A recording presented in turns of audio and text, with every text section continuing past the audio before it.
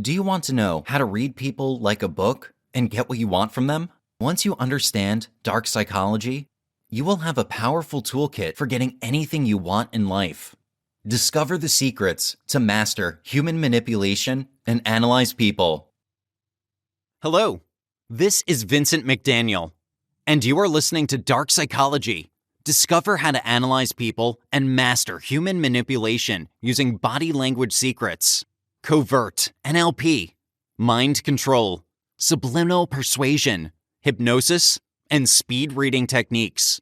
Provided to you by United Audiobooks. I hope you enjoy my audiobook. Now, let us begin. Introduction. In 1874, German physiologist Wilhelm Wundt published a manuscript. It outlined the connection between the human mind and the body's reactions to sensations, emotions, and beliefs. He titled it Principles of Physiological Psychology. This manuscript laid the foundation for future researchers studying thought and the human mind. This research path became its own branch of science, psychology. Psychology now uses myriad treatment methods based on different researchers' perspectives. For this book, we will discuss one specific type called dark psychology. The concept of dark psychology arose when the dark triad of human traits became a widespread topic. We can find this dark triad of personality traits in nearly everybody. However, the combination of psychopathy, narcissism, and Machiavellianism make up the most complete model of what we know as a bad person in its rawest and simplest form. Everyone shows signs of at least one of these traits, but they are staples for manipulative and malevolent people. The most prevalent research on these dark three traits is in criminal or deviant psychology. When these dark psychological qualities became associated with deviance or criminal behavior, researchers conducted more studies on what made some people deviant and some psychology dark. Dark psychology ultimately comes from methods used to manipulate people into following the path laid out by another. Unfortunately, there's no way for you to magically get what you want from others. You can make your chances of success with certain people higher by using some of these methods, but there's no 100% success rate.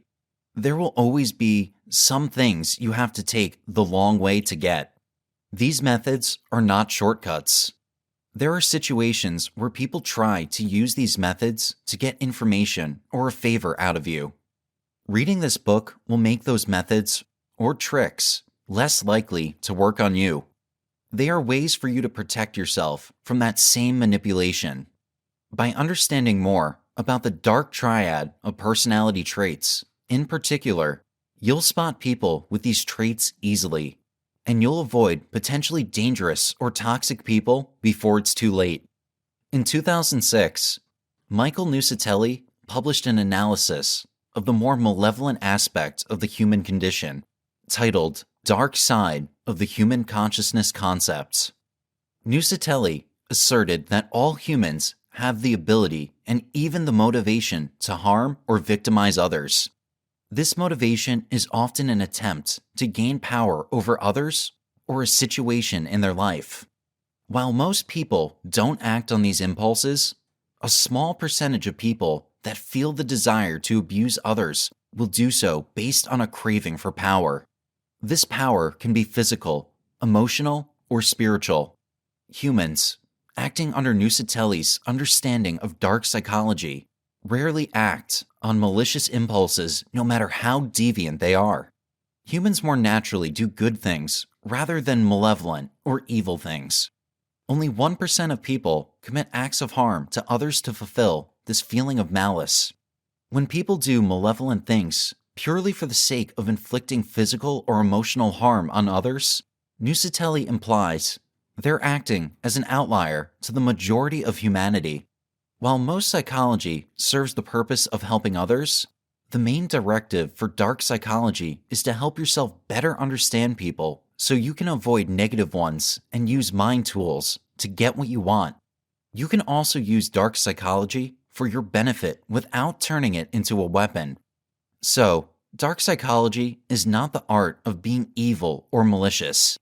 Dark psychology is simply an aspect of psychology wherein not everything serves the purpose of better understanding your own mind and alleviating negative feelings.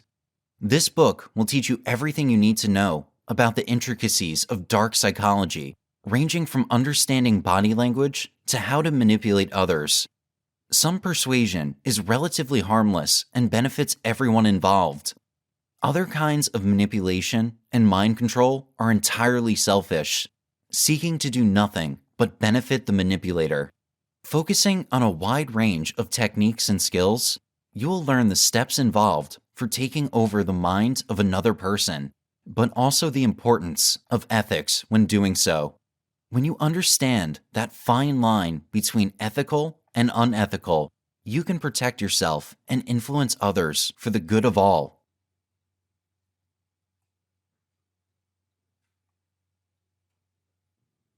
Chapter 1: Understanding Dark Psychology. Psychology, at its root, is relatively simple to define. It is the scientific study of the mind. It covers several different areas: relationships, behavior, thought processes, and more. When you study psychology, you are looking for the why and how of any mental human process.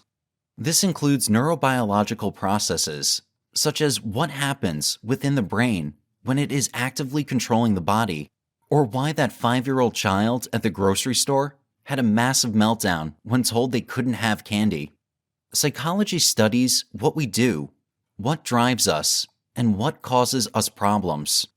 It explains emotions and how they function and aid human action. It explains why some people give in to pressure, but others do not. It explains why empathy is so important. Psychology studies all of that and more, but essentially, it is the study of who we are as individuals and as a species. Psychology exists in several different classifications. Some people are only interested in the physical aspects, neurobiology, while others care about mental and emotional development, therapy, self-help, etc. And others are still interested in the divergence between typical psychological development and the development of people who are a challenge to society's norms. Psychology has several uses, both practical and theoretical. If you understand human psychology, you can predict how people will behave. By knowing people's tendencies, you can accurately assess a situation and learn how to use those tendencies to your own benefit. Dark psychology. Dark psychology is the study of how people with dark triad personality types interact with the world around them. It looks at how those people view, interact with, and manipulate others. Using dark psychology is controversial because of the distress it can cause the other party. Because so many that study dark psychology use it without concern for how it may hurt others. Dark psychology has developed a bad reputation.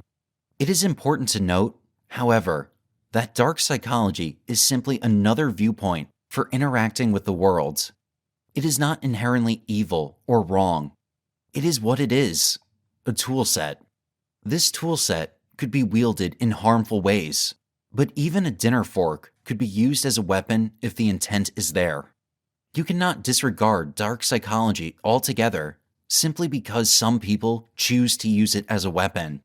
The following chapters will guide you through dark psychology, basics, and the mindset. You'll be shown how to think about the world as if you were an individual with a dark triad personality. You will be shown a glimpse into the darkness that fills such an individual's mind. Unlike those with the dark triad personality types, however, you do not have to give in to temptation. You can learn how dark psychology works without ever deciding to use it. Dark psychology focuses on using influence, persuasion, and NLP, Neuro-Linguistic programming, to control others. It seeks to get what the user wants at all cost. However, what if someone with no interest in manipulation were to wield this tool? What if they didn't use dark psychology in harmful ways, but to help people break free of anything that is holding them down? A person could use it to convince a friend that they must break up with their abusive partner. Or a doctor might use it to encourage someone to seek proper treatment for a tumor that will be fatal if not operated on quickly.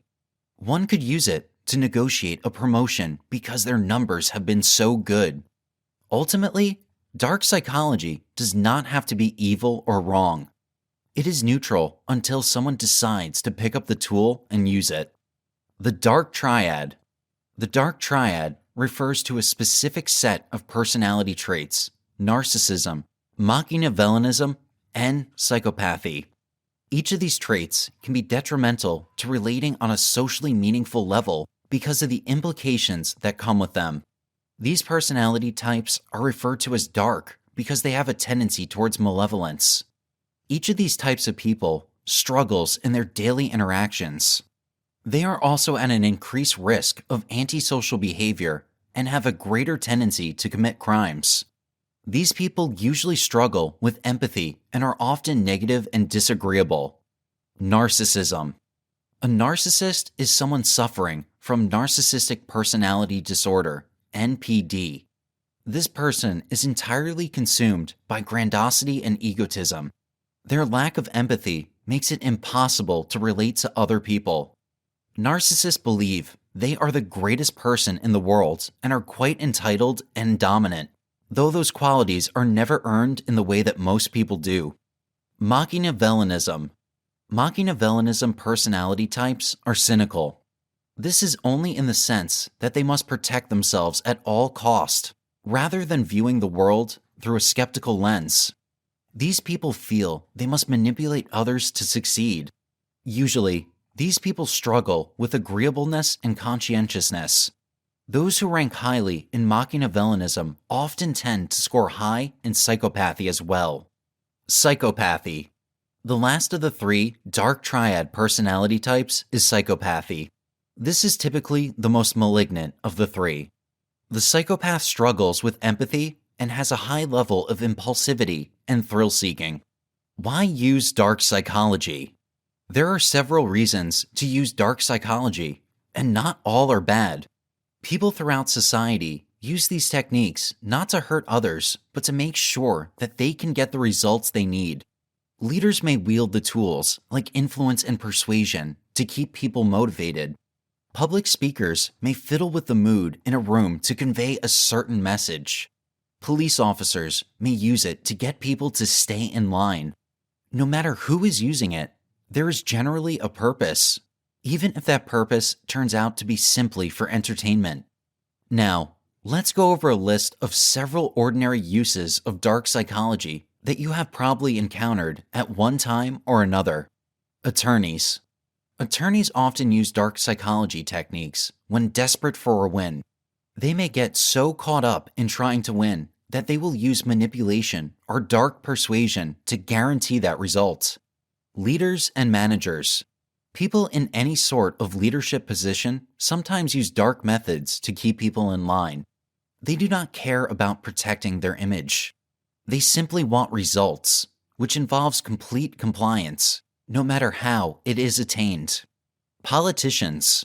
Like attorneys, politicians use dark methods to convince others to side with them. They may appeal to emotions or try to sidestep attempts to present facts in favor of appealing to the crowd's emotions. Politicians that only care about votes are likely to use any means possible to get them. Public speakers or activists. Sometimes public speakers manipulate the emotional state in the room to get better results.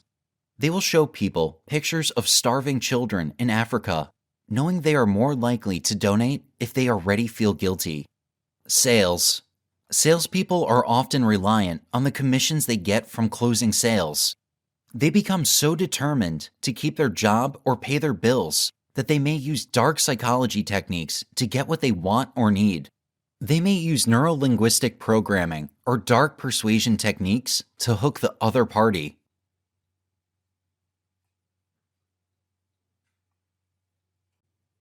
Chapter 2. How Dark Psychology Works. The goal here is to increase self-awareness, develop a standard change in one's truth for the better, and help motivate others to embark on the same path of discovery.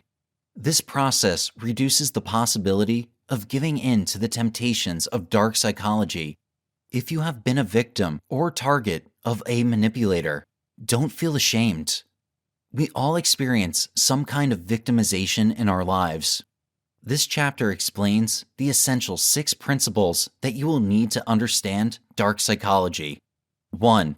Darkness is a universal part of the human condition. It is sustained by people and the societies they live in. The most kind-hearted individuals still have an inclination toward manipulation and wickedness, but they never act on it because they have fewer violent ideas and sensations. 2. Dark psychology is the study of the human condition as it relates to people's thoughts, feelings, and assumptions about their ability to prey on others for no obvious reasons. Considering that all behavior is purposeful, goal-orientated, and devised using focused techniques, dark psychology says that the closer an individual gets to the black hole of beautiful wickedness, the less likely they have a purpose that motivates them. It is presumed that pure evil is never reached because it is infinite. However, dark psychology also says that some have come close. 3. The context for dark psychology is loaded with examples of this undetected inclination manifesting as active, harmful habits. Modern psychiatry defines the psychotic as a predator lacking remorse for his activities. Dark psychology says there is a continuum of intensity ranging from thoughts and feelings of violence to extreme physical abuse without a practical objective or incentive. 4. In this continuity, the severity of the effects of dark psychology use is not greater or lesser because of actions done to the victims. A straightforward comparison would be Ted Bundy versus Jeffrey Dahmer. Both were extreme psychopaths who committed atrocities. The difference between them is that Dahmer committed his terrible murders in his delusional demand for friendship, while Bundy committed his murders from a place of demented wickedness.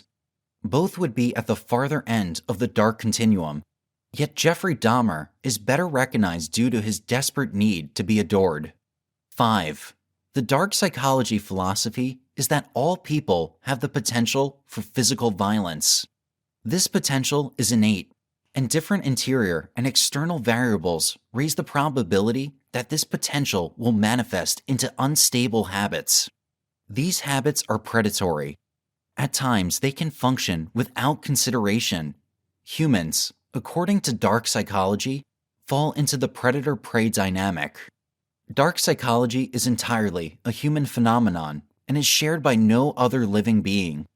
Physical violence and even chaos exist in various other living organisms, but humankind is the only organism that commits violence without purpose. 6.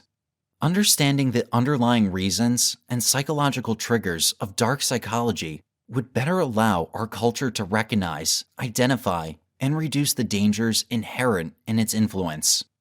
Learning dark psychology has double the benefit.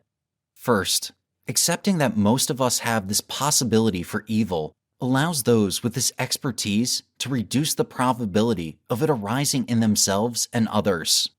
Second, comprehending the tenets of dark psychology fulfills the transformative aim of making it through daily life. Most of us have a dark side. It is part of the human condition, but it is not well recognized. The uncomfortable reality is that dark psychology lurks on the outskirts of our consciousness, patiently waiting to strike. As previously stated, it encompasses all manner of terrible and violent habits. Mindless cruelty to animals is a prime example of this. Pet abuse is both vicious and psychopathic. As recent studies have suggested, animal cruelty is associated with a higher probability of committing violence against humans.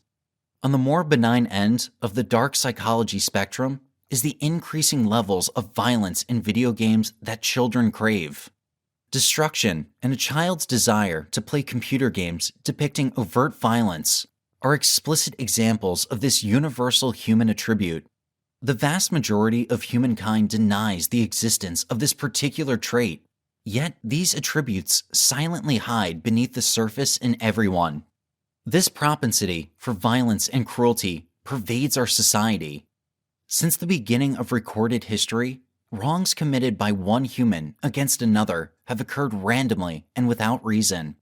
Countless examples of these wrongdoings weave in and out of the tapestry of our existence. The Holocaust during World War II is a prime example. Even now, ethnic cleansing is taking place in neighboring countries. Cases abound with the after effects of what these dark deeds have caused. Although horrifying, it is incredible how decent people can commit or enable such acts of cruelty and violence. Some cultures attribute the presence of evil forces as the cause of malicious activities. Some religions ascribe it to an entity they call Satan. However, it is by examining the nature of the dark triad that we understand how a normal, well-socialized person ends up making a choice that is considered malicious. As explained above, the causes and effects that dark psychology examines are alive and well, and require in-depth scrutiny. As you continue to discover the tenets and foundations of dark psychology, you will establish a cognitive framework of comprehension. Dark continuum. A crucial element in understanding the dark side of humanity is the dark continuum. You can visualize this continuum as either a line or concentric circles where all deviance and vicious habits are measured. The dark continuum includes thoughts, feelings, assumptions, and actions experienced or done by humans. The continuum varies from mild to severe, as well as from purposeful to pointless. Physical manifestations of dark psychology are more severe and located at one end of the dark continuum. Emotional presentations of dark psychology lie at the other end of the continuum. The dark continuum is not a scale of intensity, ranging from poor to worse, but it does specify types of abuse. Once you understand the dark continuum, you will have a theoretical framework depicting all forms of dark psychology ranging from moderate and purposeful to extreme and purposeless. Dark element. The dark element is the realm or location of dark potential that exists in all of us. It refers to the inherent darkness in human nature. This is one of the more esoteric parts of dark psychology because it is difficult to observe. An element, according to an online definition, is anything that contributes casually to an outcome, such as a number of factors that are used to solve a problem. This section will try to explain how the dark element appears as an equation. The dark element is not a mathematical formula, but a theoretical one. It is a collection of occasions that a person experiences that enhances their probability of participating in predatory habits. Although a research study has suggested that youngsters who mature in violent homes become abusers themselves, this does not mean that all mistreated children grow up to be violent offenders. This is merely one element of a wide range of experiences and scenarios that contribute to the dark element. The number of components that are involved in the dark element equation is enormous. It is not the number of factors that cause the dark element to become extreme. Rather, it is the impact those experiences have on an individual's subjective processing that makes the dark element dangerous. Some of these elements are genes, emotional intelligence, peer acceptance, personal handling, developmental turning points, and other experiences. Dark singularity. A dark singularity is an academic principle comparable to the interpretation of a singularity in the middle of a black hole. It is defined as using astronomy and cosmology as analogies.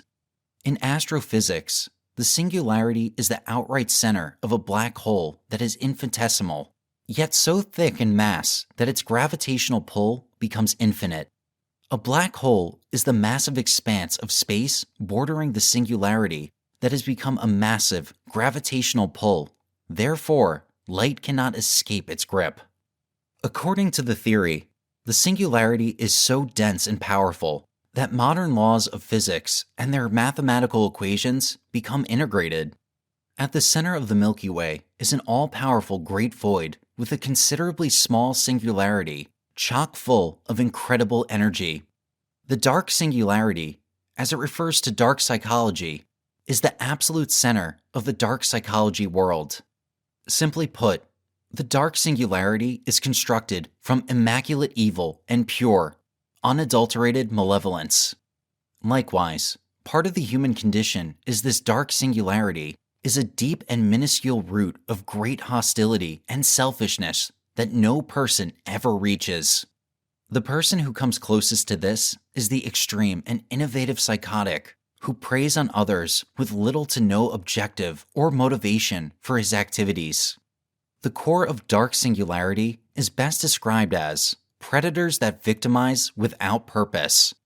The closer a person approaches the dark singularity, the more horrendous and sinister their actions become. At the same time, their method becomes less deliberate. But because all behavior is purposeful, the dark singularity is an ideal destination that is never reached.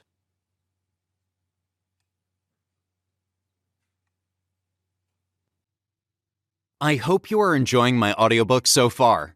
It would be a pleasure if you could let me know how you are feeling about this audiobook in the comments section below. We would greatly appreciate it if you could also like this video and subscribe to United Audiobooks to have access to more best-selling audiobooks in the future. Also, please, if you are interested in getting more free audiobooks, please click the first link in the description below. Now, let us carry on with the next chapter. Chapter 3: Dark Psychology Tactics. Dark Persuasion. Dark persuasion is another branch of dark psychology. It is the technique by which another person's communication impacts an individual's attitude or behavior without coercion. Dark persuasion is effective, and so it is used often. So, what are the principles of dark persuasion? The first is brainwashing. Brainwashing is the practice of taking over someone else's capacity to think. Naturally, we all have unique thinking patterns and the power to think critically about what is going on around us. Brainwashing takes this power away, and it puts that power into the hands of whoever is doing the brainwashing. Brainwashing has a variety of methods for implementation, but the principle remains the same throughout. A person is first brought into the fold of the new environment. They are told that they matter, are worthy, and have a place within the particular group, organization, relationship, etc.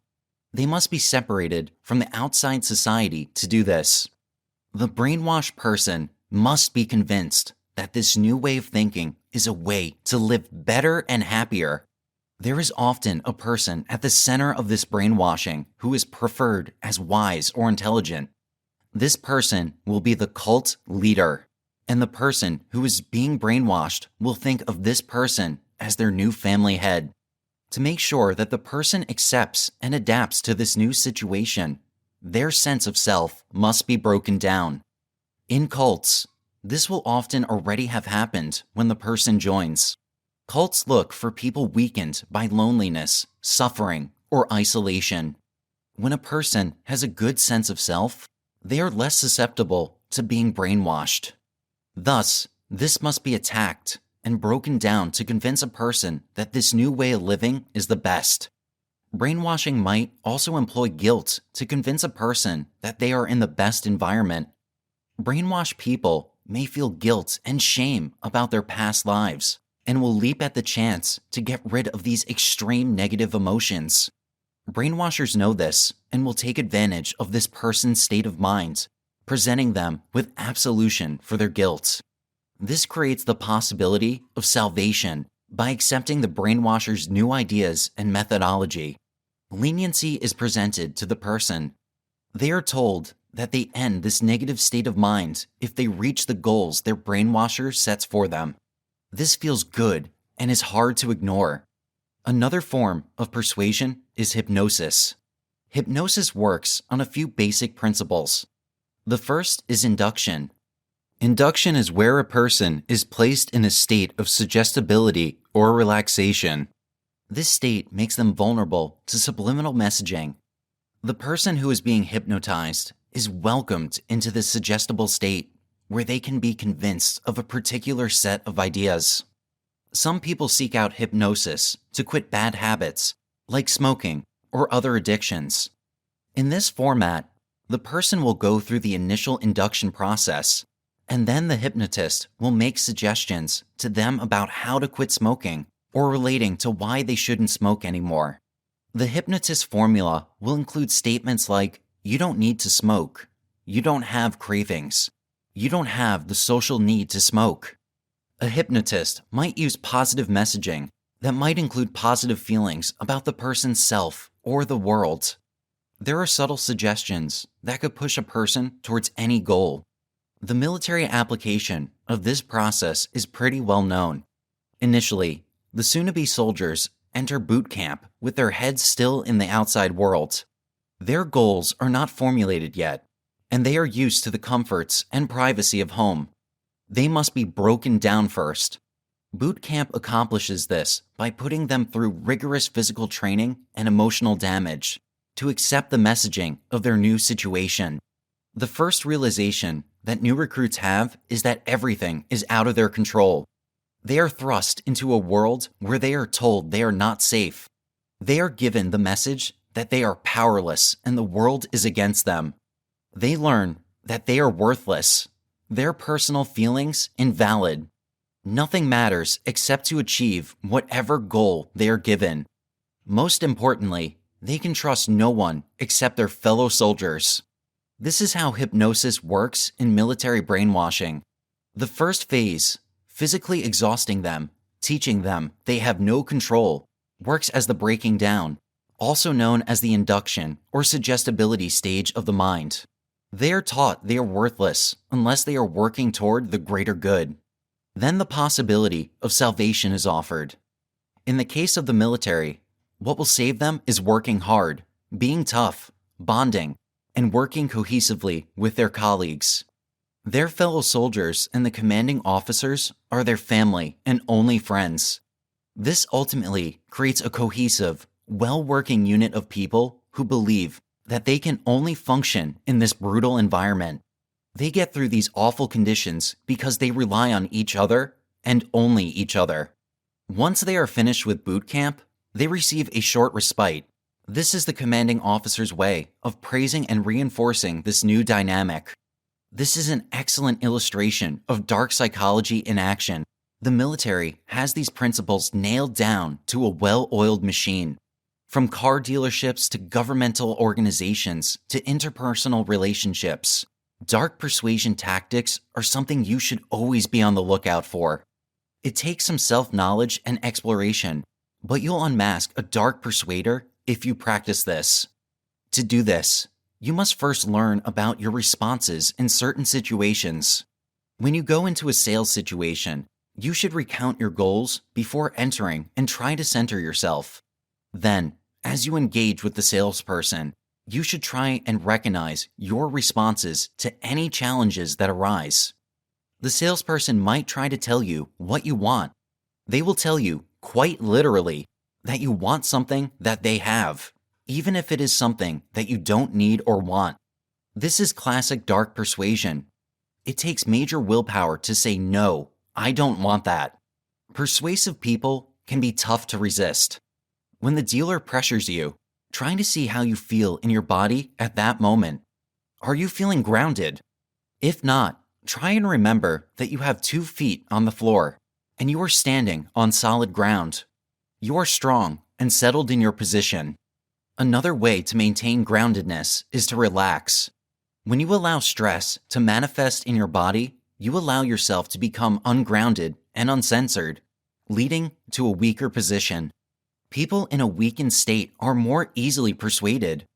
People who are grounded, strong, and centered are not easily persuaded of things they don't believe in. Why is this?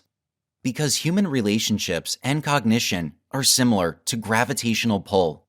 A planet, or any large mass in outer space, has a gravitational force that will pull objects into its orbit. They will then be locked into orbit with the planet, connected to it in a sense. This is similar to human spirits. We are all floating around, getting sucked into gravitational pull of others with strong personalities. Before you know it, you are connected to them, stuck. Remaining centered and grounded keeps you from being pulled into the gravity of others. This happens a lot with people who lose their family or friends. Left without a support system, you are easily susceptible to persuasive techniques and mind tricks. Make sure you have a strong support system to help you out if you feel that you are going up against someone using dark manipulation tactics. Another critical aspect of protecting yourself from persuasion is confidence. Confidence is something that goes against all principles of dark persuasion. A manipulator is looking for people who have no clear sense of self. The people who have trouble answering the question, "Who are you?" Someone using nebulous persuasion techniques is not counting on meeting someone confident, educated, and with that clear sense of self. If you have confidence in yourself when facing someone trying to persuade you, you are more likely to come away from the encounter intact than someone who is not confident. Intuition. Intuition is critical. Intuition is key to noticing these techniques when they are being used against you. Sometimes it's difficult to tell who uses dark persuasion techniques, whether for their personal goals, those of an organization, or some other reason. Intuition is trusting yourself to see into someone else's intentions, into their very soul. We all have that capacity, and in fact, we can all read people's minds. It is something that people rarely recognize and even less often develop and embrace. Yet, if you learn how to use your intuition and trust in it, it can save you from being taken advantage of. Let's say you are seeking a job in sales. You are taken to a group interview where you must convince the manager that you are suitable for the job. Group interviews are very challenging, and you don't want to go through this process, but you need the money, so you try. You do well in the group interview, and you are selected for the sales team. Now you begin training, and you notice something is off. When you watch the training videos, you see that some of them tend to belittle the trainees and their past. You notice that other members of your training group accept this denigration. They trust that this job is respectable, that the company's higher-ups are right to shame them for anything that came before it. Management then assures you this job is the only job you'll get, so you had better not quit. Then you are told how incredible the benefits are and that you might make a fortune if you work hard and follow the company's philosophy and ethos. Each of these things makes you feel more and more uncomfortable. That is intuition warning you. Pay attention. Your intuition will recognize these persuasion tactics as nefarious because humans have a natural sense of self-preservation. We've evolved to protect ourselves in the wild. Before humans developed an agricultural system and modern civilization, we had to defend ourselves from the elements. People had no control over nature. There was no science explaining the weather or what it would do next. No books to read about world history. An earthquake is scary for most people, but even a basic thunderstorm was seen as a terrifying and mysterious event. Humans were also in constant danger of being eaten by the local fauna. Through millennia of living in the wild, prehistoric humans developed an evolutionary capacity for intuition. Intuition is not thinking or cognition, nor is it a feeling. It is somewhere in between. It is a gut instinct that tells you when you are in danger. As we moved from the forest and caves of the wild to cities and towns, our intuition adapted with us. Now intuition serves us in social situations as well. Maybe you saw a slight smile in the corner of your companion's mouth that doesn't feel right, or the story they're telling doesn't add up. The same feeling of dread from knowing a saber-toothed tiger was near now tells us the person we're with or the situation we're in is toxic. It can also tell you when something is good and you should jump in with your whole heart, such as true love. Intuition has the potential to protect us when someone uses dark persuasion techniques against us. Learning to tune into intuition is difficult for most people, but it is worth the effort. Another essential part of defending yourself from dark persuasion tactics is learn how to say no. There are many ways to do this. Sometimes saying no is putting the answer off. This is called the delay tactic or delay method. The delay method is an excellent tactic to defend yourself from dark persuasion because many shady persuasion tactics rely on a person being pressured in the heat of the moment. However, if you say, "Give me some time to think about it," you are allowing yourself some time away from that pressure. Getting to a better environment will foster relaxation and calmness, so you can deepen your thinking. This allows you to consider your options and whether you are being manipulated for some purposes that are not in your best interest. You will inevitably make a better decision regarding the situation at hand. This works especially well in situations that involve sales or personal relationships. This is just one form of saying no. Saying no in all different forms can save you from being put through the grinder. Machiavellianism as a defense mechanism. Another thing to consider is using Machiavellian principles to defend yourself. This is not the mindset one uses when helping people, and there are many situations where it is better not to adopt a Machiavellian attitude, such as when you need to provide support for others or already trust the person you encounter. In that case, the Machiavellian mindset is not appropriate. However, when dealing with manipulative people who do not have your best interest in mind, you can rely on this mindset to defend yourself. The Machiavellian mindset is, at its core, selfishness. Most people think of selfishness as a negative thing. However, it would help to reframe this. Selfishness is an essential human trait, one that has helped us survive as a species. It is part of the same evolution that developed our intuition. For some people, being a giver and a helper is so ingrained that standing up for themselves is very foreign. Maybe this is true for you. Try asking yourself what is best for you at that moment, whether it lets the other person down or not. You needn't try to harm others. Simply ask if this situation serves you. Ask if whether what is being presented brings you closer or further away from your personal goals. Remember that this person is trying to manipulate you, whether conscious or not. This makes them your foe at that moment. It is you against them. Your foe in this battle does not deserve your help or kindness. It is kill or be killed. You are the one who deserves support and service from yourself. Do not give them an inch. So, to defend yourself, you must become selfish. You will have to switch over from the mindset of a helper, in this case, a pushover, to someone who wants to help themselves. This technique is not something you should employ all the time, by any means, but you should use selfishness carefully and when appropriate. Understand the motive. When you notice that you are being manipulated or persuaded, it helps to examine the motivation for the manipulator. If someone tries to convince you to do something, you should first investigate the possibility of monetary gain for that person. If a business solicits you for your patronage, ask yourself if you need those services, whether your life is better off with or without them. Are they worth your time and money? In the case of a charitable organization, do some research into them. Do they do as they say? Are they trustworthy? People may have other reasons for trying to manipulate you. Many people are subjected to scams that collect information about what you do online or other activities. Why is this information valuable? Because it helps disreputable companies and individuals target people for their services and manipulation.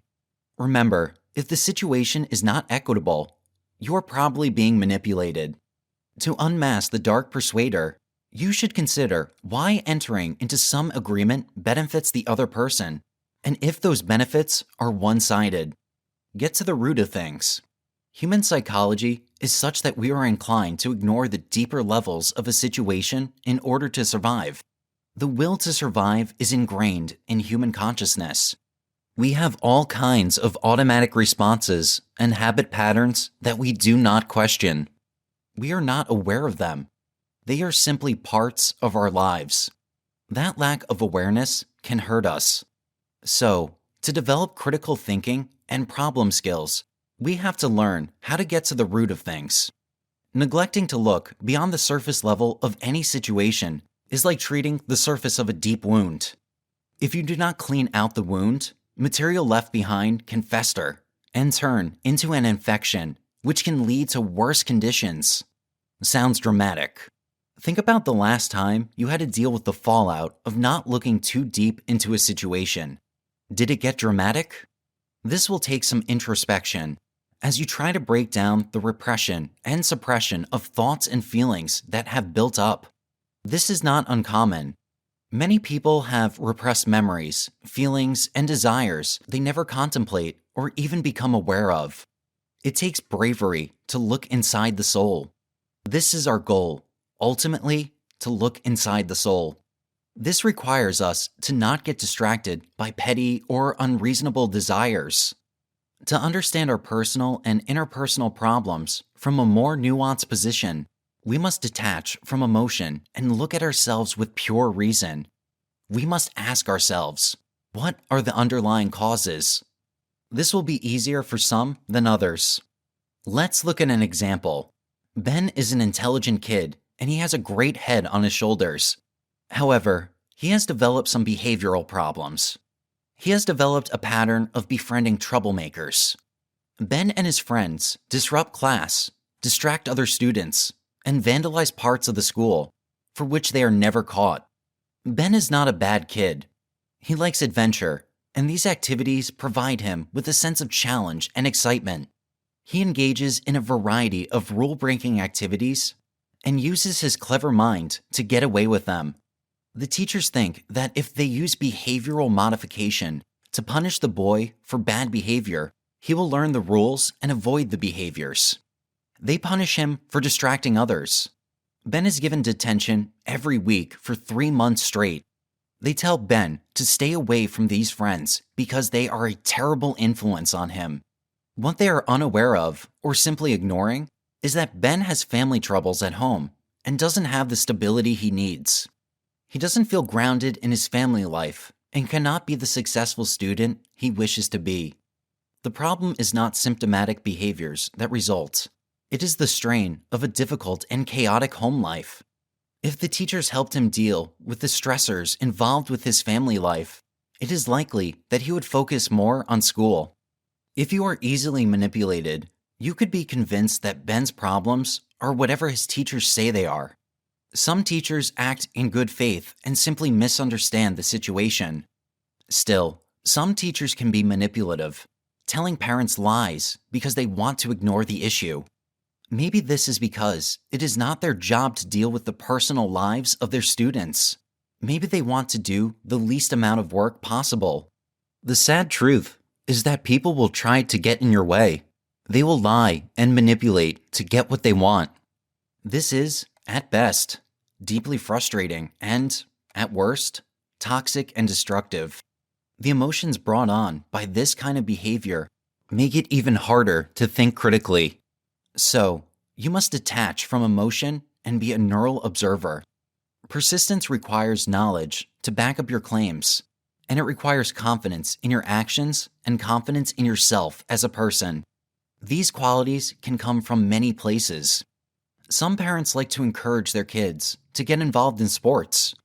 Athletic training can provide strategies and techniques for becoming a persistent, confident person. What happens if you run into Stacy in accounting and she disagrees with the perfectly reasonable deadline that you have set? You must get to the root of the problem first and take into account all of the available information. This could be past experiences with Stacy. It could be files that you have that she has met deadlines on in the past or emails she has recently sent to you. Whatever data you have to gather, make sure you have compiled it and maintained an awareness of all the information you already have.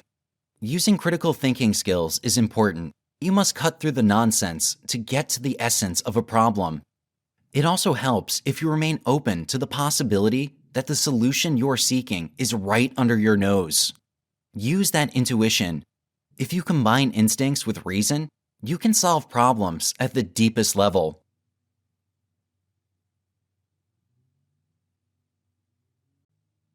Chapter 4: Free Goodwill. Individuals who help others without expecting anything in return have greater levels of satisfaction, live longer lives, and earn more wealth. There are some individuals in our world who stand out from the crowd. You just couldn't put your hand on exactly what it is, but you understand they have a particular understanding of how to acquire exactly what they were trying to achieve from whoever they were speaking with. With technological advancements and the expansion of multimedia that has penetrated our lives, every individual is filled with knowledge like no other man in history. Every action, every transaction, or each behavior is influenced by information. It occurs on an unconscious level. To be successful in such a society, one must comprehend these aspects and apply them in both daily and professional lifestyles. Understanding how to affect the decisions of others is a vital skill to have today in order to be distinct from the rest. Remember that information is power, yet regrettably, the topic of manipulation has yet to be thoroughly explored. People aren't discussing it adequately, which gives the bad guys an edge. Take charge and defend yourself as well as your family and friends from manipulators, or anybody who takes advantage of your perceived weaknesses. I'd like to express an appeal on behalf of somebody you do not even know, and it's unlikely you ever will. They could be someone just like you, or someone like you in the past, less knowledge, eager to help society, looking for information but unsure where to look, which is why you step in. By reading this book, I hope you have gained some fundamental truths about the art of dark psychology. I also hope that you will use this new knowledge to plan your actions so that you can once again take control of your life and leave behind the emotional burden once and for all. If you're finding this book useful so far, could you kindly take a few moments right now to provide an honest review of its contents? You will help one more person to change their lifestyle, one more individual to be able to relate at work with others, one more person experience a transformation they would not have experienced otherwise, change one more life for the better of society. All you need to do in order to make this a reality is leave an honest review, which will take less than 60 seconds. P.S. You are my type of individual if you feel it is good to assist even an unknown person. I'm therefore even more thrilled to keep helping you conquer your worries in the following chapters. You will appreciate the strategies I'm about to cover. PPS, Life Hack. When you introduce somebody to something of value, they will associate that value with you. From the bottom of my heart, I thank you, Vincent.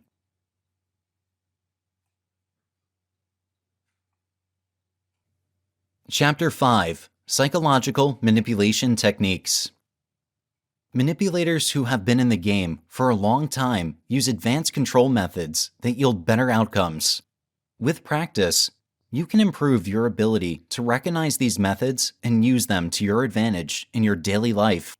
A portion of the advanced control methods incorporates indoctrination, hypnosis, and neuro-linguistic programming (NLP) procedures. The use of these methods is portrayed in the sections below, complete with tips on the best ways to protect against falling victim to the same. Brainwashing. Brainwashing is one of the most extreme types of control. Brainwashing is, in some cases, referred to as mind control. Unlike lying and other milder forms of control, where the prey is free of the manipulator's grip after the encounter, the effects of brainwashing reverberate for a long time. It is thus that many individuals who are indoctrinated into groups like cults can't leave. A brainwashed individual can't simply awaken one day and choose to leave. Their brain has been changed so significantly that it takes considerable expert intervention to reverse the damage. While many individuals join these types of groups, it is important to note that religions are not the only ones prone to this sort of social influence. The media, for example, has succeeded in conditioning the world to a specific way of thinking when it comes to style, government, and even what constitutes greatness. The key reason why brainwashing is so effective is that it consolidates three strong social influence methods: the consistency technique, the influence approach, and purposeful promotion.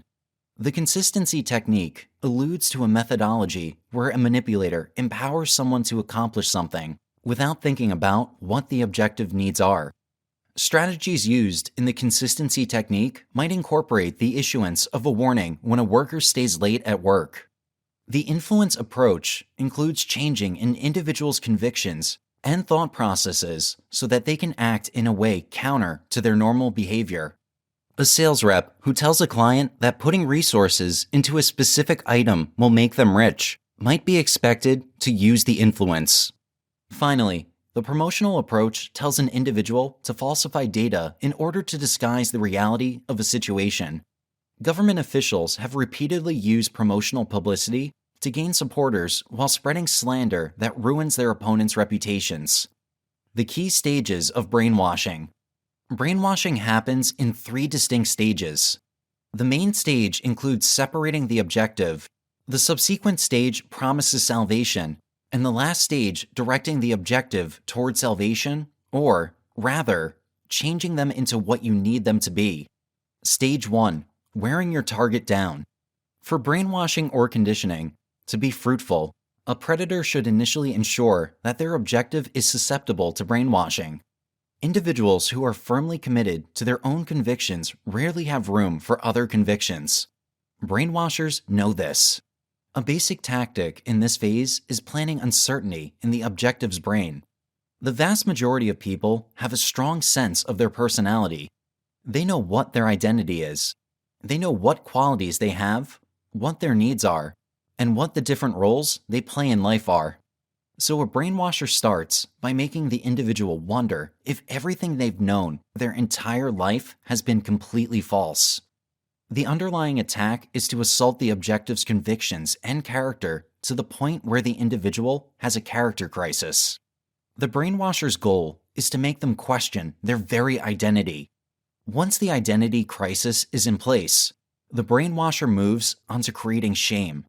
For example, suppose you have upheld a specific belief for the majority of your life. To knock you further off kilter, a brainwasher may make you doubt the validity of this belief in one way or another. Worse, they'll make you feel like you're an awful person for believing it. This creates guilt and shame, which you would do anything to mitigate. The brainwasher knows this and, as these feelings don't come from any real wrongdoing, creates an objective for you to atone for your misdeed. It is always something they want at your expense. An individual who has been blamed for being terrible or the direct inverse of who they thought they were will consistently hope to set things straight and justify themselves. Many targets wind up persecuting themselves with the expectation that they can make amends under the brainwasher's guidance. Thus, the brainwasher gains new status as an authority figure whose approval is now coveted by the target. At this point, the targeted individual cuts ties with their families and friends. From their new toxic perspective, loved ones are accomplices to the harmful life they led before they met their deliverer, the brainwasher.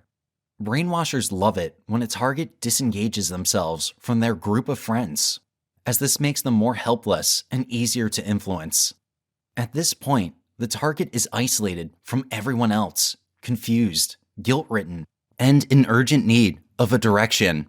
They have arrived at their breaking point. Stage 2, the promise of salvation. The predator who drives their target to this point is much like a gourmet specialist who has arranged his ingredients, marinated his meats, and is prepared to get down to the business of cooking. The first conditioning phase is where all the preparation occurs in anticipation of the real indoctrination. Once the target has reached their limit and is going through a mental breakdown, the conditioner begins giving the individual reason to hope. This hope might be a kind word, an actual gift, or some other type of love. This is the controller's method of showing the besieged target that there is a chance of relief not too far off. After getting this implicit message, the target believes they must do whatever their brainwasher tells them to keep their approval of their new mentor. The peace offering that the brainwasher doles out now is neither affirming nor benevolent. It is an aspect of the aggression the predator commits against the victim.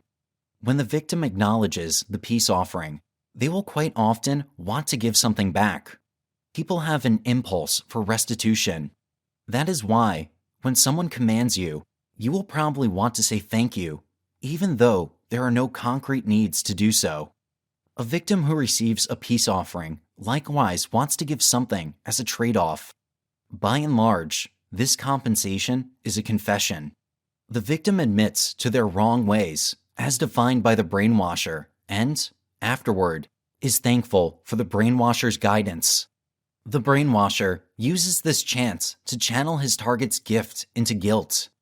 A predator shows the target that their old belief system is the reason for all the guilt they're feeling. The target realizes that it isn't them that is wrong, it's their beliefs. Accordingly, the target concludes that they need to feel right again, and the best way to do so is to accept the new beliefs they are being taught. Behind the scenes, the brainwasher praises himself for wearing his victim down to the point where they are prepared to accept any belief system pushed upon them. Stage 3, Atonement. The last phase of conditioning includes the acknowledgement of the new beliefs as presented by the brainwasher. During this last stage, the target sheds everything from before and takes on another personality. The conditioned has now endured enormous suffering, the kind of suffering that they will never have to endure again. They have been molded to connect this experience with their old belief system. All things considered, the victim is eager to adhere to a belief system that recuperates them and ensures them a better life. They are converted. If this is a religion, a ceremony might be held to invite the new converts into the fold. This service is the last nail in the coffin and signifies a vital stage in the existence of the convert. Now, the convert has taken on another personality, and returning to who they were is unlikely. Relatives who have lost their friends and family to harmful cults will confirm that it is nearly impossible to persuade an individual who has effectively gone through the 3 phases of conditioning that they have made a mistake. Protecting yourself against brainwashing. Recognize your vulnerability. Many individuals assume they are immune to indoctrination. The normal individual believes they can see propaganda coming a mile away. The issue with this kind of thinking is that it blinds you to the possibility of influence coming from an unlikely source. Even the most intelligent people are susceptible to brainwashing because most predators are smart enough to pick out their vulnerabilities and zero in on them. Everyone has a weakness that can be exploited. You are responsible for discovering your shortcomings and finding ways to ensure that you are not leaving yourself open to exploitation. Check everything for accuracy. Don't be too eager to accept new things you hear or read without first taking a look at the source. The internet has annihilated limits and made it easy for misrepresentations to travel to the far corners of the planet surprisingly fast. Just because something is on the internet does not imply that it is valid. Whenever you read something, particularly breaking news, be mindful to search for logic in the claims and different sources to back them up. Beware of hype. Hype sells. You can rile people up using exaggeration, regardless of whether you are discussing an administration, a celebrity, an ideal, or anything else under the sun. Luckily for advertisers, many individuals succumb to this kind of manipulation. That is the reason, for example, a film may be promoted as being the best thing since Hollywood began. We live in a world of hashtags and culture where the pressure to fit in is intensified. Don't become enchanted by fleeting trends just because everyone else is. The things you see on your online media might cause you to want to advocate for a cause just so you have a place with the cool kids group. Whatever you do, make sure you do your research before jumping on the bandwagon. Go with your hunch. Many people are dismissive of their instincts, but you would be wise to pay attention to them.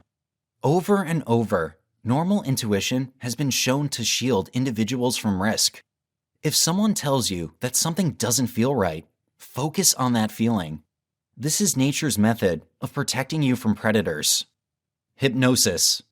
Hollywood has made a less than impressive display of educating general society on the realities of hypnosis.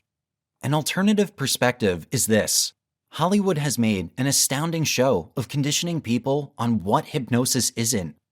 In many movies, hypnosis includes a specialist hanging a watch before the subject's eyes.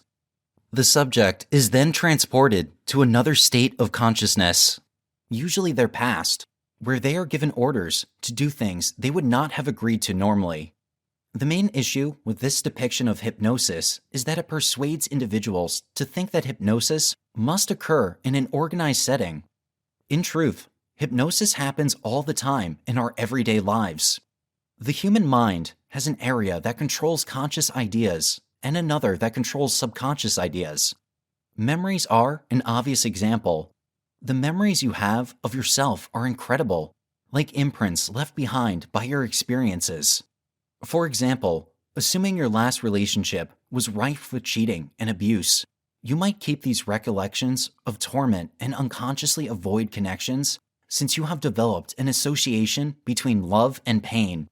Hypnosis works to replace such subconscious thought processes with better ones. Obviously, the opposite may also be valid, particularly in the situation where a predator needs to supplant cheerful thoughts with negative ones that will wear out their prey. How to avoid hypnosis? Ultimately, the best method to protect yourself against hypnosis is knowing how it is applied in day-to-day existence. When you learn what to pay special attention to, you will be better able to recognize the truth when someone attempts to control you. Be careful of who you get close to. Individuals nearest to you have a more significant capability of hypnotizing you than those that aren't. At the same time, cultivate sensible qualities that ground you, so your focus isn't constantly attracted to the newest and shiniest thing. For example, it isn't unusual to note that many manipulators depend on their attractiveness and charisma to mesmerize you. Assuming impressive looks rank high on the things that you esteem most, seeing a stranger's good looks won't affect you. The values you hold dear act as a shield that protects you from the minute you leave your house in the morning to the moment you return home after a long day of fighting the many invisible demons that roam free in the universe. Neuro-Linguistic Programming, NLP Techniques. Neuro-linguistic programming is a concept that depends on the possibility that you can subliminally condition others' brains with the use of intentional activity. In less complex terms, neuro-linguistic programming asserts that it is easy to discreetly control others' behavior through language and modify their communication in relation to their environment. NLP is the brainchild, pun intended, of two American men named Richard Bandler and John Grinder. These two courteous fellows, who wear many caps between them, presented this correlation approach during the 1970s. Bandler and Grinder promoted this methodology, claiming that by using NLP procedures to imitate the behavior of extraordinary people, an individual can completely change themselves. As an individual, you can apply NLP strategies to others as well as yourself.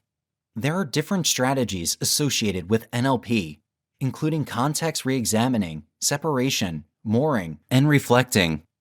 Of these, reflecting is the main strategy that is exclusively chosen for controlling others. Different strategies, like separation, are focused on helping you relate better to your current circumstances as a person. Mirroring. Mirroring is a control method that is used to create the sensation of camaraderie between hunter and hunted, thus making the hunted drop their defenses. The human cerebrum is conditioned to treat whatever is different as a danger. By mirroring or copying someone else's activities, nonverbal communication, manner of speaking, and even motions, you are rewiring their psyche to view you as inoffensive to their personal space. Mirroring is a particularly successful persuasion technique.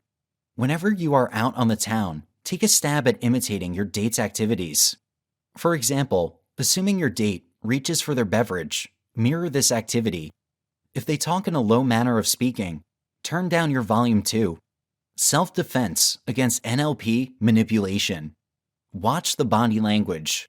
One of the least challenging methods of blocking someone who is using NLP on you is by watching for their nonverbal communication signs.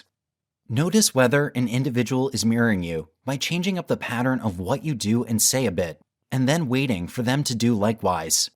Advanced manipulators know how to effectively copy nonverbal communication without giving themselves away. The beginners will reflect your activities promptly. When this happens, you can be sure you are a target for NLP control. Once you become aware of the situation, there are two different ways of dealing with your prospective NLP manipulator.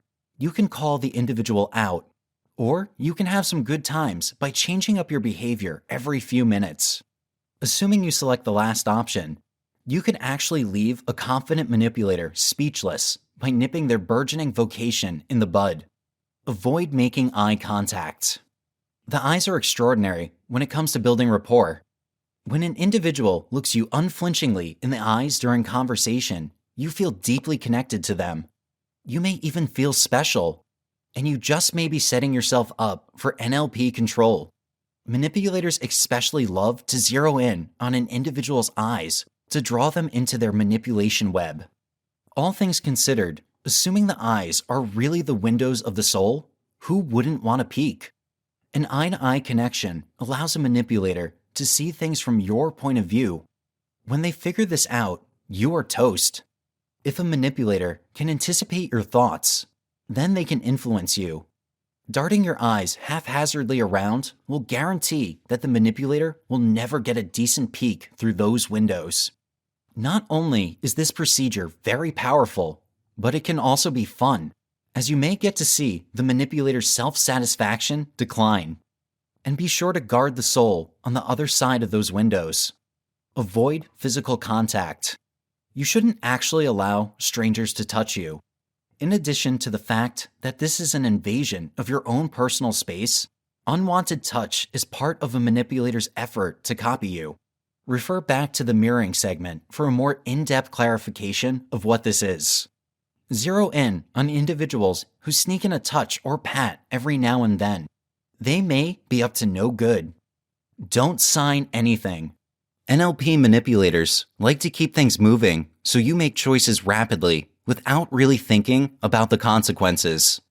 Your psyche isn't equipped to handle things objectively when you are feeling overwhelmed. Sales reps are especially good at making clients believe that waiting to make a decision will cause them to miss out on an extraordinary deal. So it's best to take a day to thoroughly consider all your options. Decisions with respect to money, for example, shouldn't be settled too quickly. Should you wind up in a situation where you need to finalize a life-changing decision, demand additional time. You'll settle on the better choice when you are less agitated, as you will be able to think more logically. Dark seduction. Dark seduction is a technique that uses one's sexuality for purposes of controlling another. Dark seduction differs from ordinary enticement in that the manipulator receives something without offering much in return. In dark seduction, you can get as many individuals as you need to like you without committing yourself to any of them. Dark seduction deviates from the stuff of fantasies and takes on a more merciless connotation, which includes getting your truest and most heartfelt longings met to the detriment of others. It's a dark seducer who goes after the mental and enthusiastic shortcomings of their prey. There is no Prince Charming or knight in shining armor in this dark seduction.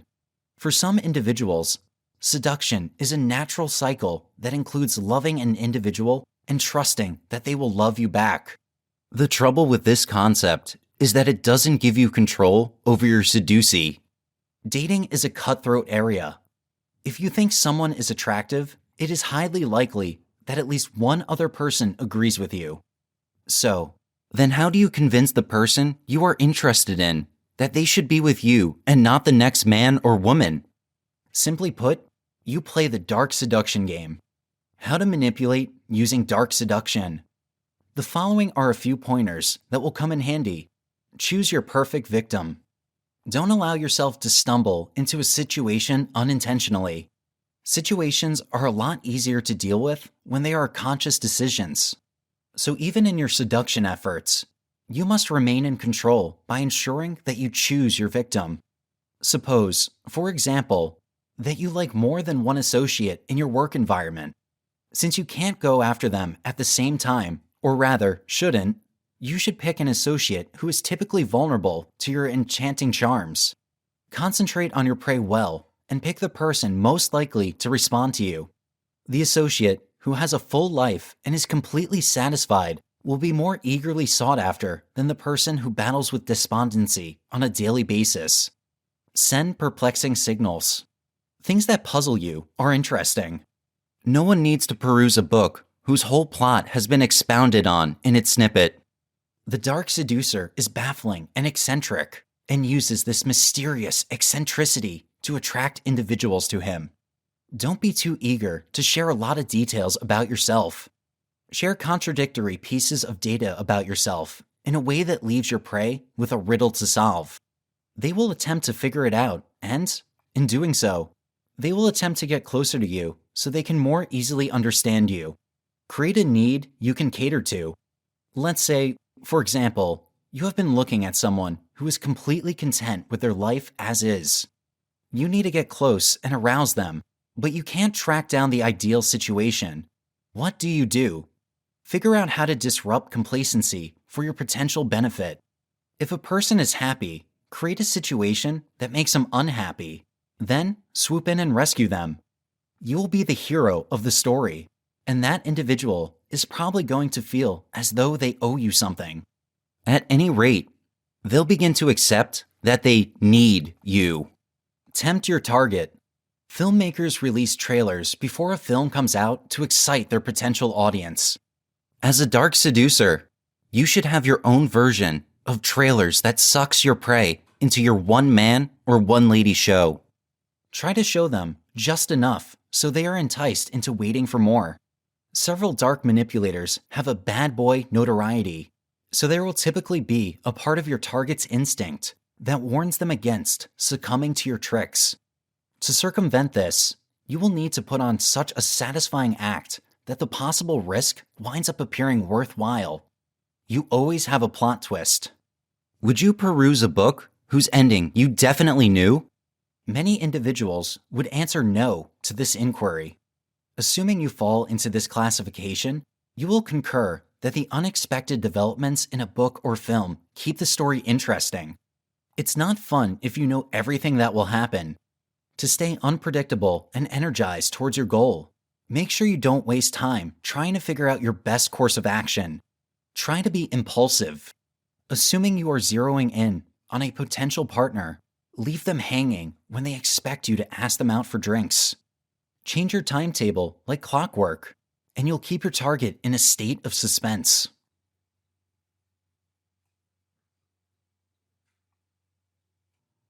Chapter 6, Neuro-Linguistic Programming, NLP, Mind Control. Have you ever interacted with someone before and found that, inexplicably, you were experiencing strange and powerful temptations? Perhaps you felt you needed to do something that you would ordinarily never consider, or your emotions are all over the place, despite the fact that you should have been able to manage them just fine. There is an explanation for this: Neuro-Linguistic Programming, or NLP. This is a particularly powerful set of techniques, words and behaviors that trigger people into obedience. Effectively, you access and interact with the other person's mind, quietly and subtly controlling them in ways that are completely unexpected. NLP practitioners vary from people genuinely interested in helping someone else in the world to people who only want to manipulate and harm others. These techniques are difficult to identify, and if you don't figure them out, more and more of your behavior may change over time. For that reason, it is critical that you understand what NLP is and how it works. Not only will you have the choice to wield these tools yourself, but you will also identify ways that the use of these behaviors can benefit everyone. What is neuro-linguistic programming? Neuro-linguistic programming is the ability to communicate effectively with the unconscious mind of either yourself or of others. When you access the unconscious mind of someone else, you effectively bypass all of the checks and balances in place to ensure they retain free will. In particular, you are learning how to become a translator between the conscious and unconscious minds. The conscious and unconscious minds struggle to interact meaningfully with each other. One wants one thing, but the other doesn't understand the request. In the end, wires get crossed, and nobody's happy with the outcome or how it happens. However, with NLP, you can learn to speak the language of the unconscious mind. NLP identifies ways to make sure that the unconscious mind is in active communication in ways that are meaningful and important. This means that you can ensure that the conscious and unconscious minds are working in tandem with each other.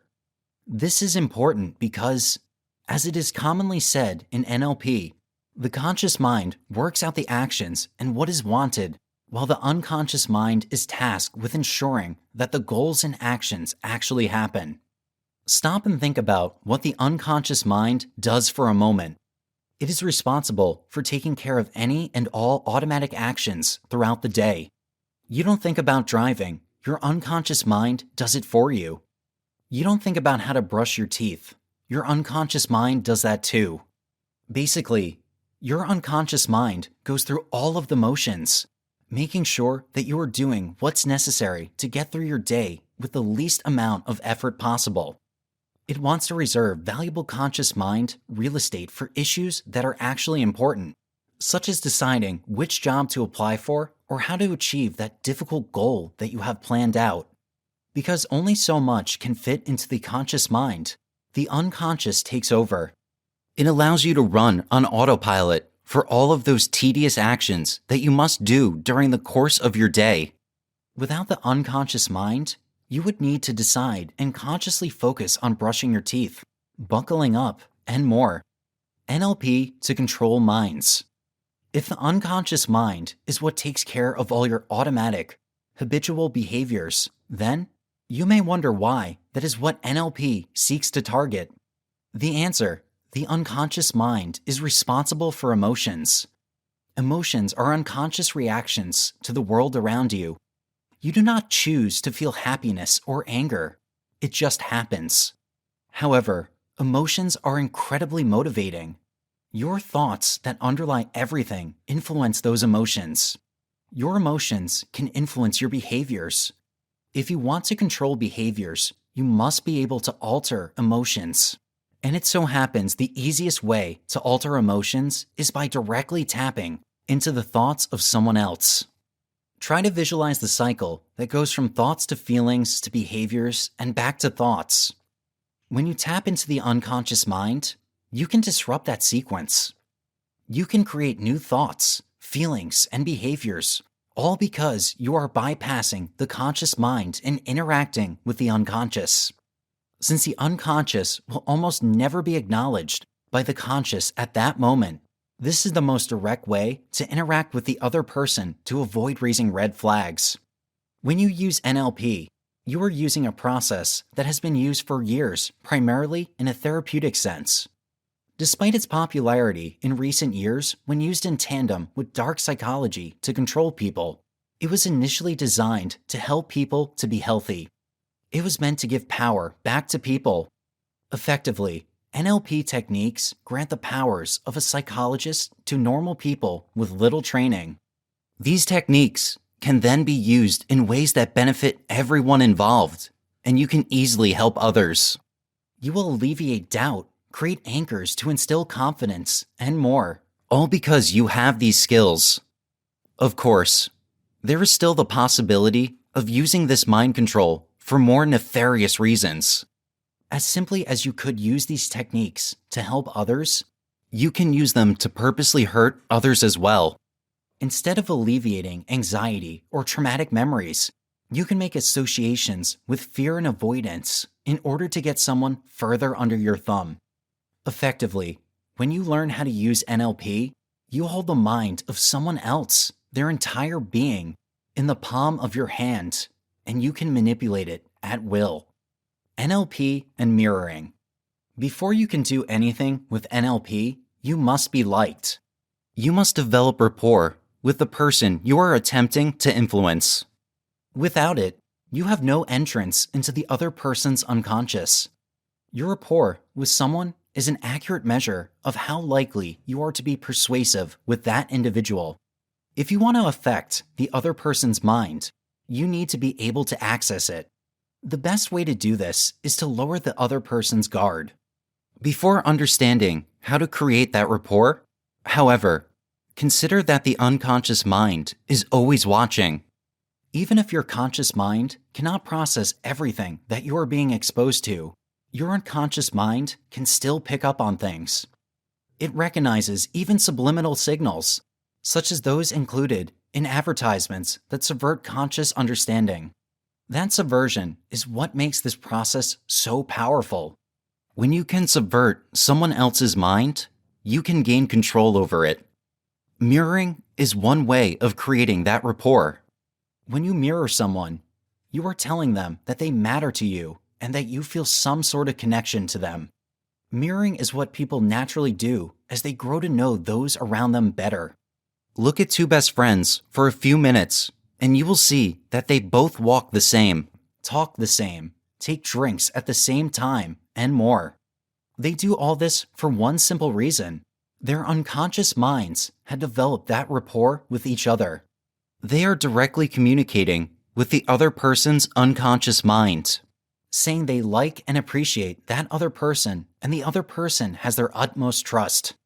While developing a natural relationship will always be the best way to create rapport, you do not always have time for that. In those instances, you can create rapport with 3 simple steps. Create a connection, copy the other person, and then identify their punctuator. Creating that initial connection is not particularly difficult. You will want to make good, convincing eye contact and spend time listening to the other person to bring the connection into existence. You effectively want to give the other person your utmost, undivided attention in hopes of them realizing that you do enjoy what they are talking about. During this stage, try giving the occasional triple nod. This is when you nod 3 times in a row, usually pensively, to communicate 3 things to the other person's unconscious mind. You are attentive, understanding, and agree with the other person. With that initial connection created, you will then make a point to copy the other person. You may find the best way to do this is by copying their vocal cues. While body language is always an easy target to mimic, you also risk raising red flags. People generally do not appreciate when someone else mimics them, as it can look like a form of mockery. Instead, concentrate on their verbal cues. When you do this, you will usually start by matching the other person's speaking speed and intensity. If they speak animatedly, you should do the same. If they are speaking calm and quietly, give that same energy back to them. In doing so, you let them know you are on the same page as them, even if the behaviors do not necessarily line up. With verbal cues mimicked, try figuring out what the other person's punctuator is. The punctuator is something that all people do an emphasis when they are talking. Some people may have a saying they use immediately after making their point, while others may intentionally raise their eyebrows or make a specific hand movement.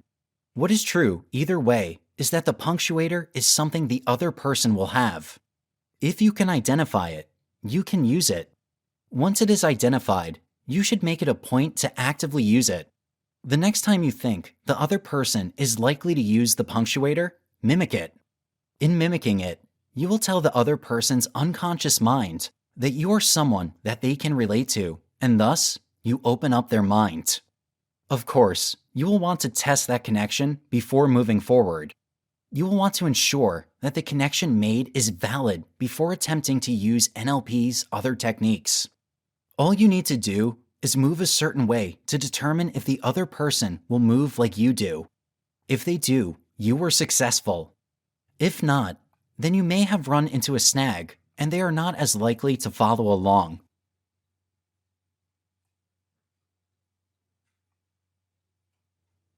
Chapter 7: Hypnosis. It is time to delve into the mysterious world of hypnosis, the last of the mind control techniques you will learn. As you work toward the ability to hypnotize people, keep in mind everything else that you have learned thus far. The minds of other people are sacred and should be treated as such. If you are going to influence others, you should always make sure to do it ethically. Remember, just because hypnotizing someone for your own selfish gain is dangerous and not recommended does not mean that hypnosis itself is bad. In fact, hypnosis has a large and varied following. You see it used during labor, with women self-hypnotizing themselves to avoid the pain of labor. You see people using hypnosis to quit smoking or other unhealthy habits. You even see people using it to help themselves become more self-confident. Ultimately, hypnosis has no shortage of people willing to try it. Please note that you must always empathize consent above all. However, if you remember to keep your control of others ethical and consensual, there is no harm in using these methods.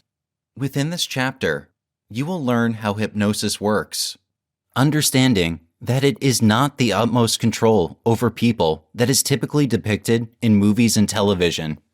Instead, it is a state of extreme relaxation and suggestibility. We will go over a few positive uses of hypnosis, such as labor and delivery. And finally, we will look over the steps to hypnotize someone else that is willing to be your subject. If all goes well, influencing others will be far easier than you thought. How hypnosis works. Primarily, hypnosis works because it is usually cooperative. One person is willingly relaxed into a hypnotic state, and the hypnotist then encourages a series of desired thoughts and behaviors. In a therapeutic situation, this may look like encouraging the individual to no longer care about an ex that left or to resist those cravings of sugar and to exercise more. Effectively, it allows for the implantation of thoughts in a consensual way. This means that the hypnotist is the coach. They are there to guide the way through the subconscious to create the results the hypnotized individual is seeking. The hypnotist effectively walks the individual through the steps of hypnosis and, in doing so, guides the individual to that state of extreme calmness. Within the hypnotic state, it is often reported that the one being hypnotized is convinced they are asleep. They are so deeply relaxed that they feel entirely unaware of the world around them. However, that could not be further from the truth. When you are in a hypnotic state, you are aware and focused only on what the hypnotist is saying. If the hypnotist is guiding you through breathing practices to keep you calm, all you will focus on is what the hypnotist is saying. If the hypnotist happens to be using any sort of prop or focal object, you will focus on that. In being so focused on one particular thing or moment, you will be easily influenced. This primarily works because of the divide between the conscious and unconscious minds. While the two minds work together, the conscious mind acts as a sort of filter between what the unconscious mind is being exposed to and the unconscious mind itself. This means that the conscious is basically the guard dog of the mind, keeping certain thoughts and concepts from the more susceptible, impressionable unconscious, which is where suggestions are meant to go. When you encourage the conscious mind to focus entirely on one object or action, whether breathing, the swinging of a pendulum, or anything else, you distract the conscious. Think of what happens if you throw a dog a piece of steak. They run after the steak and happily munch on it while you are free to move where you like. Effectively, with hypnosis, you throw your conscious mind a steak by having it focus on something specific beyond what is going on around you. As this happens, the hypnotist then makes several suggestions. They will make sure the unconscious mind absorbs and internalizes all of those thoughts so they can be used and acted upon. Because the unconscious mind is going to be the one driving the actions without the conscious paying attention, those behaviors become quite easy. They simply happen because the unconscious mind does it. Remember how, in NLP, you recognize that the unconscious mind is the one that controls everything? That is effectively what you are seeing here. Hypnosis, like NLP, will make sure that the unconscious mind is acting accordingly to ensure that the one being hypnotized can do what is desired. Why use hypnosis? Now, with that in mind, you may be wondering why people are so willingly and ready to use hypnosis on themselves to the point they'll pay others for the process in the first place. The answer? Hypnosis is incredibly powerful because the unconscious mind is incredibly powerful. It should be used precisely because it does allow people to tap into their unconscious minds to unlock all of the potential they need. When you use hypnosis, you are effectively making sure you can draw on all of the benefits your mind has to offer. Such benefits include helping cope with any phobias or anxiety triggers you may have. If your anxiety and phobia are rooted in your unconscious, what better way to treat them than to directly influence them? It can help pain management without requiring medication, making it valuable for people that will need pain medication but may find they are at an increased risk for addiction. It can be used to fight stress as well, working as a sort of grounding method for the individual. It can also be used in more insidious ways. Some people use hypnosis to control others. It is commonly used for brainwashing in cults. For example, relying on the constant repetition of words or other methods that are designed to tap into the unconscious mind. This means that hypnosis can be dangerous for those who are susceptible to its effects. Not everyone is, but a vast majority of people are quite susceptible, and this means that these people could be controlled by strangers without ever realizing that it was happening in the first place. Using hypnosis. Ultimately, hypnosis happens in several different ways. Some people use a complete bombardment of the senses to trigger that unconscious state, while others will lull people into it with gentle storytelling or guided meditations. Regardless of the method, the result is the same. The other person is unwittingly controlled. We will stop and look at two simple methods of hypnosis that can be used to trigger trances, which can then be used to ensure that the one being hypnotized is completely obedient. Bombardment. Think of a time when you had a teacher that was an extraordinarily dull speaker. It didn't matter what was being discussed. Their voice was simply boring. You could not help but space out when they talked. Though unintentionally, that is what this sort of hypnosis accomplishes. When you use bombardment, you are effectively creating a constant and steady stimulation that drones on to lull the other person into a trance. It could involve someone speaking rapidly in a flat voice or using someone's naturally unvaried voice to eventually bore the person into a trance. The brain struggles to process information when it is constant and unending, which is why it becomes so difficult to understand. If you want to use this, then you need to start with a single topic and stick to it for the next several minutes, making your voice as flat as possible. You want to talk as much as possible during that time, unrelenting, even when you see that the other person is beginning to lose focus. As the focus is lost, you can talk directly to the unconscious mind, making suggestions and encouraging certain behaviors. Nonverbal hypnosis. Another method is quite similar, but it is done in complete silence. However, this one will require you to have a rapport built up with the individual that you are attempting to hypnotize, as you need to tap into their tendency to mirror you. When you use this method, you must make sure that they are following along with your own body language, and you will do something repetitive and rhythmic that is still subtle, so the other person can follow suit. When you use this, you are effectively creating the same relaxing effect that calms an infant when swayed. Just as the newborn calms to the motion, so do adults, even though they don't even realize they are still susceptible to such actions. Start by ensuring that you do have a rapport with the other person. With that established, you want to actively mirror the other person for a while until you know they are mirroring you back. From there, you will use several back and forth motions to sway the other person into a relaxed state. However, the key here is making sure that whatever you do, it is subtle and easily followed when done to others. Start by tilting your head back and forth ever so slightly. It does not have to be particularly obvious. Just gently move your head in a rhythmic manner. Chances are, so long as you are subtle, the other person won't notice you're doing it, but they will pick up on it themselves.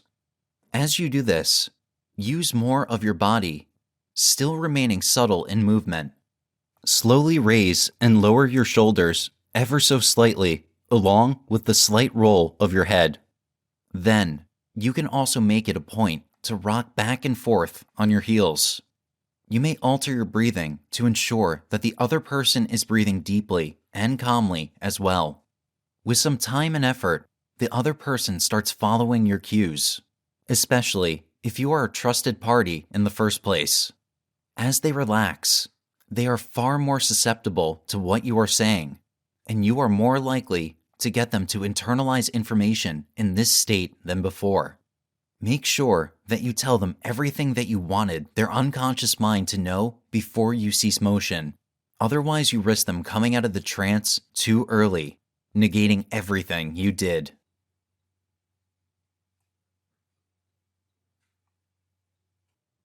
Chapter 8: The Benefits of Dark Psychology. At last, we arrive at the end of the book. It seems fitting to finish with a brief address of reasons to use dark psychology in non-harmful ways. Remember, while dark psychology is based upon understanding how the dark personality types prey on people, it is incredibly important to understand these abilities and skills to protect oneself. Nevertheless, as these techniques may have been maliciously used on you, let's go over the ethics of dark psychology, as well as the benefits that may arise from it. Dark psychology does not have to be the harmful concept that it has become because of the people that have wielded it. You can reclaim it. Is dark psychology evil? The million-dollar question: is dark psychology evil? The short answer is no. It is actually neutral. It does not have the capability of being good or evil in the same sense that gravity cannot be good or evil. It simply is. As a force without free will, without any way to control itself, cannot be labeled with a human construct such as good or evil. However, that does not mean that it is necessarily safe, nor does that mean it can't be used in hurtful ways. While dark psychology itself is not evil, it can be used by evil people. Just as it is not about the gun being evil, but the one wielding the gun that determines how evil the situation is. Dark psychology is entirely at the mercy of those wielding it. If the individual who uses these techniques uses them for evil purposes, that individual is to blame and no one else. That wrong is something that he will have to address for himself. Of course, that means the inverse is true as well. It cannot truly be a good force either. It can be used, however, in ways that are beneficial to people and, throughout the book, you were shown several.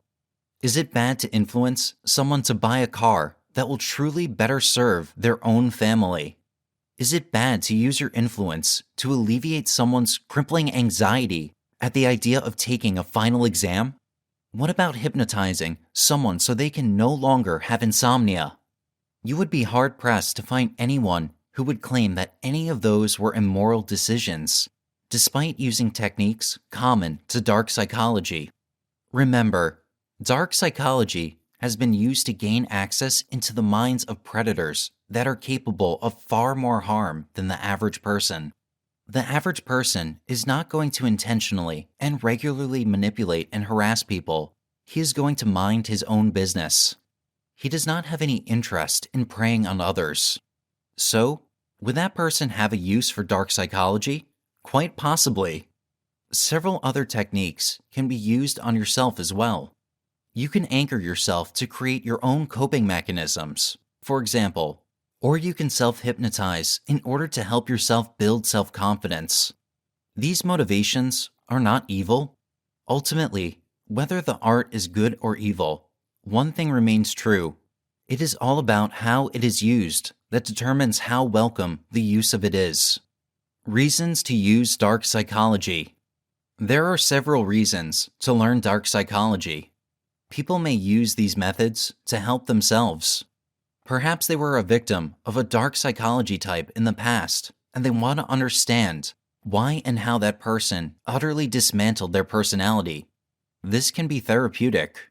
In understanding how you have become vulnerable, you can remove those vulnerabilities to figure out how to best keep them from being used against you in the future. Some people may learn about dark psychology out of sheer curiosity. We are fascinated by what scares us. After all, horror is a massive genre in movies for a reason. You may find that learning how an evil individual's mind works is as fascinating as it is terrifying.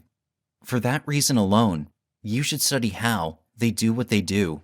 Other people may study it simply because they want to fight back.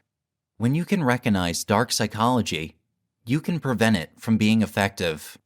So much of dark psychology is all about identifying vulnerabilities and exploiting them. If you know those vulnerabilities, you can simply sidestep the trap set for them. You can avoid falling for them and instead work on strengthening your own skills to elevate yourself.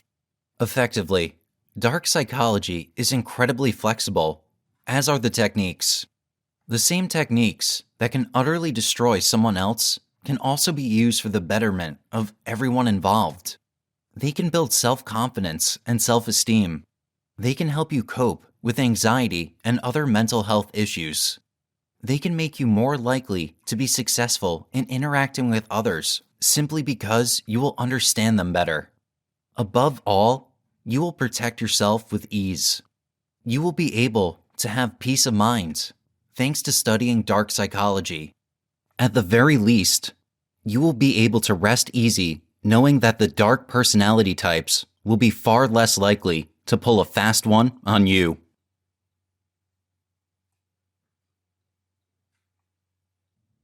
Final words.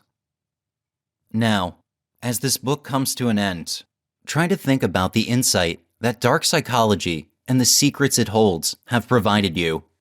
What have you learned about the world that you didn't know before? What do you know about the mind and how it works? What secrets have you learned that are invaluable? Dark psychology is unique in the sense that it creates a window for us to see through the eyes of the narcissist, the Machiavellian, or the psychopath. In understanding how these techniques work, you can see what spurs these people to behave the way they do and what they stand to gain by doing so. While you may never want to manipulate others yourself, you will find this insight crucial, especially if you are healing from a relationship with someone who does use manipulation and abuse. When you can understand the other person's mind, you can recognize it for what it truly is, and forgive yourself for missing it in the first place. Beyond that, this insight into dark psychology allows us to see what made us so vulnerable in the first place. You will see why these problems arose. You will know how each of these techniques works and figure out how to shield yourself from them. Contemplate how NLP directly influences the unconscious mind. When you know that the unconscious is one of the most commonly attacked parts of the mind, when trying to influence someone else, you can do self-checks. You can ask yourself, why am I doing this? You can ask yourself if your behavior at that moment is your own, or if it is typical of being manipulated. You can decide if the thoughts currently driving you are your own or seem contradictory to your usual mindset. When you can recognize your thought processes in relation to dark psychology, You can figure out whether you have been manipulated in the past. Knowing that is critical to recognize if you are a victim or can avoid victimization altogether. What is true, despite the degree of insight that you have gained, is that you have gained knowledge. You now have knowledge about the mind and some of its secrets, of what's possible in the world. You have knowledge about the predators that you may have never been aware of before. That is invaluable. Knowledge is power, and if you can wield that power bravely and proudly, you will protect yourself. If you enjoyed this audiobook and you've learned more about the secrets of dark psychology, an honest review is always appreciated and will help me reach new listeners just like you who'd like to discover how to analyze people.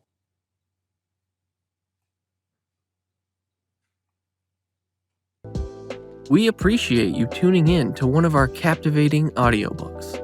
For more immersive experiences, here is another audiobook we're certain you'll enjoy. Don't forget to show your support by liking this video, sharing what you loved about this audiobook in the comments section below, and subscribing for more captivating audiobooks like this. Thanks for being a part of our audiobook community.